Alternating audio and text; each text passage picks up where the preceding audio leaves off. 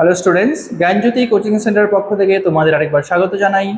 আমি রাজীব স্যার এবং আজকে আমরা আলোচনা করব সিবিপিবিইউ ইউনিভার্সিটির আন্ডারে তোমরা যারা পলিটিক্যাল সায়েন্স নিয়ে ফোর্থ সেমিস্টারের জন্য পড়াশোনা করছো তাদের জন্য মেজর পেপার 6-এ যে টপিকটা আমাদের কাছে রয়েছে সেই টপিকটা হলো যে বৈজ্ঞানিক ব্যবস্থাপনায় মতবাদ। ঠিক আছে, তো বৈজ্ঞানিক ব্যবস্থাপনার মতবাদ থাকবে তোমাদের মেজর পেপার 6-এর মধ্যে, যেটা থাকবে তোমাদের ফোর্থ সেমিস্টারের মধ্যে। ঠিক আছে, পলিটিক্যাল সায়েন্স। তো ভিডিওটি শুরু করার আগে তোমরা যারা আমাদের চ্যানেলে প্রথমে এসেছো বা এখনও আমাদের চ্যানেলটিকে সাবস্ক্রাইব করনি তারা অবশ্যই চ্যানেলটিকে সাবস্ক্রাইব করো এবং পাশে থাকা বেল আইকনটিকে ক্লিক করে দিও, যাতে আমাদের পরবর্তী ভিডিও নোটিফিকেশন তোমরা খুব সহজেই পেয়ে যেতে পারো। এছাড়া তোমরা যারা অনলাইনে আমাদের সাথে যুক্ত হতে চাও এবং আমাদের থেকে কোর্স পারচেস করতে চাও তারা অবশ্যই স্ক্রিনে যে দুটো ফোন নাম্বার দেখতে পাচ্ছ এই দুটো ফোন নাম্বারে আমাদের সাথে সরাসরি যোগাযোগ করে নিতে পারবে। অনলাইনে যেই সমস্ত সুযোগ সুবিধাগুলো আমরা তোমাদের জন্য রেখেছি তোমরা আমাদের এখানে পেয়ে যাবে live classes, recorded classes, high quality notes এবং 100% কমন সাজেশন। মেজর স্টুডেন্টদের জন্য পুরো সেমিস্টারে কোর্স ফি রাখা হয়েছে অল সাবজেক্টের জন্য শুধুমাত্র 1199 এবং সেটাই মাইনর স্টুডেন্টদের জন্য করা হয়েছে শুধুমাত্র 699। এছাড়া গুগল প্লে স্টোরে আমাদের একটা অ্যাপ্লিকেশন রয়েছে, যেই অ্যাপ্লিকেশনটার নাম হলো পিস্টিকল এডুকেশন। তো এই অ্যাপ্লিকেশনটা ডাউনলোড করেও তোমরা আমাদের সাথে যুক্ত হতে পারবে এবং বিভিন্ন কোর্সগুলো সেখান থেকে অ্যাক্সেস গ্রহণ করতে পারবে।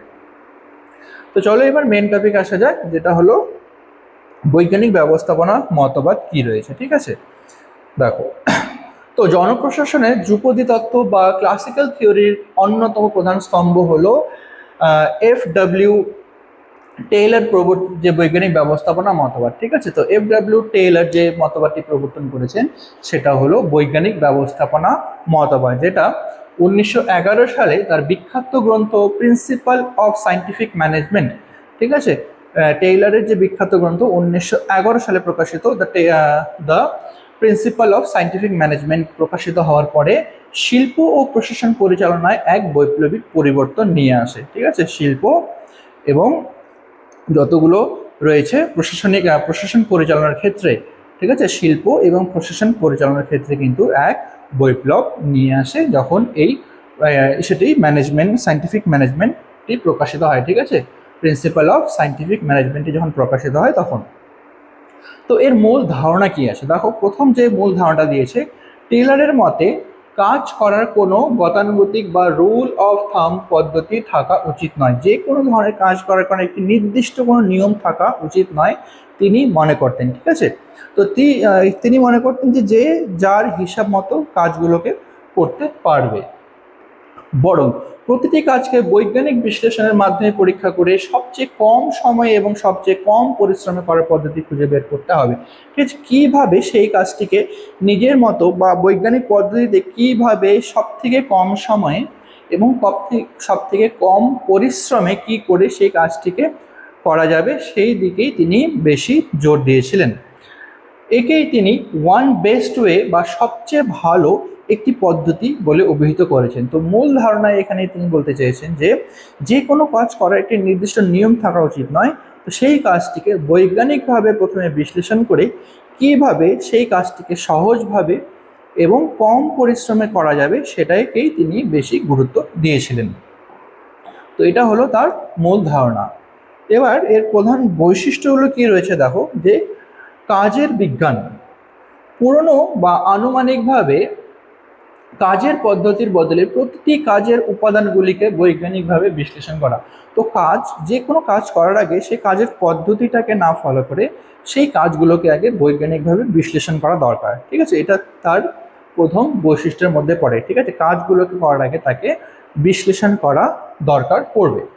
নেক্সট রয়েছে বৈজ্ঞানিক চয়ন এবং প্রশিক্ষণ। কর্মীদের দক্ষতার উপর ভিত্তি করে তাদের নির্দিষ্ট কাজের জন্য নির্বাচন করা এবং নিয়মিত প্রশিক্ষণ দেওয়া।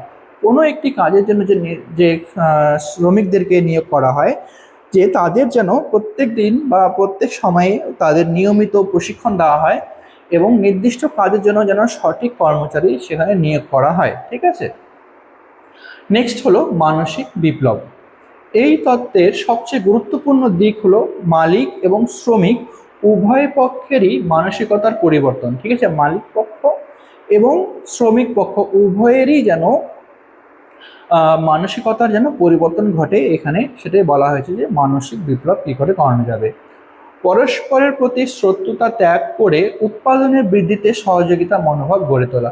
এবার মালিক আর শ্রমিকের মধ্যেকার যে সম্পর্কটা, এই সম্পর্কটা যাতে শত্রুর সম্পর্ক যেন না হয়, ঠিক আছে, শত্রুর সম্পর্ক যদিও থাকে তাহলে সেটাকে ত্যাগ করে কিভাবে উৎপাদনের ক্ষেত্রে বেশি আগ্রহ দেওয়া যায় বা কিভাবে উৎপাদনটাকে বৃদ্ধি করা যায় সেই হিসেবেই যেন মনোভাবটা বেশি দেওয়া বা মনোযোগ বেশি দেওয়া হয়, সেটাই তিনি এখানে বলতে চেয়েছেন। ঠিক আছে, নেক্সটে রয়েছে হলো শ্রম বিভাজন। দেখো, পরিকল্পনা এবং বাস্তবায়ন এই দুটির মধ্যে স্পষ্ট বিভাজন রাখা। ঠিক আছে, কোনো একটি কাজকে প্রথমে পরিচালনা করা, কীভাবে কাজকে করানো হবে সেটার আগে প্ল্যান করা, ঠিক আছে, প্ল্যানিং করা, এবং সেই কাজটিকে বাস্তবায়ন করা বা এক্সিকিউটিভ করা, এই দুটোরই মধ্যে কিন্তু একটি আলাদা বিভাজনের দরকার। ঠিক আছে, প্রথমেই সেই কাজটাই করার জন্য আগে প্ল্যানিং করতে হবে এবং সেই প্ল্যান হিসেবে কিন্তু কাজটিকে তারপরে আগে এক্সিকিউট করতে হবে। তো ব্যবস্থাপক পরিকল্পনা করবেন এবং শ্রমিকেরা তা সম্পাদন করবেন। তো এই কাজটা যিনি ব্যবস্থা করে দেবেন সেই বা মালিক সেই কাজের জন্য পরিকল্পনাটি করে দেবেন এবং পরিকল্পনা অনুসারে শ্রমিক যারা থাকবে তারা কিন্তু সেই কাজটাকে সম্পাদন করবেন। ঠিক আছে, আচ্ছা, তারপরে রয়েছে কি আর্থিক প্রণোদনা। কর্মদক্ষতা বৃদ্ধির জন্য টেলর ডিফারেন্সিয়াল কি প্রাইস রেট সিস্টেম বা উৎপাদিত পণ্যের সংখ্যার উপর ভিত্তি করে মজুরি দেওয়ার কথা বলেছেন। ঠিক আছে, যাতে শ্রমিকদের কর্মদক্ষতা ধীরে ধীরে বৃদ্ধি পায়। ঠিক আছে, তো তার জন্য তিনি বলেছেন কি ডিফারেন্সিয়াল প্রাইস রেট সিস্টেম বা উৎপাদিত পণ্যের সংখ্যার উপর, যে কে কতটা পরিমাণে পণ্য উৎপাদন করছে তো সেই পরিমাণের উপর ভিত্তি করে যেন তাদের মজুরি দেওয়া হয়। তিনি এই কথাটিতে এভাবে এই জন্যই জোর দিয়েছেন যাতে সবাই উৎপাদনের ক্ষমতার উপরে বেশি জোর দেয়, যেন সবাই একইভাবে মজুরি পাওয়ার লোভে যেন তাদের কাজে যে উৎপাদনটা সেটা যেন ধীরে ধীরে বাড়াতে পারে। ঠিক আছে, তো এটাই ছিল আজকে তোমাদের আলোচনার বিষয়। ভিডিওটি যদি ভালো লেগে থাকে তাহলে অবশ্যই লাইক আর কমেন্ট করবো। দেখা হবে পরবর্তী ভিডিওতে নতুন কোনো টপিকে। ততক্ষণ পর্যন্ত ভালো থেকো, সুস্থ থেকো।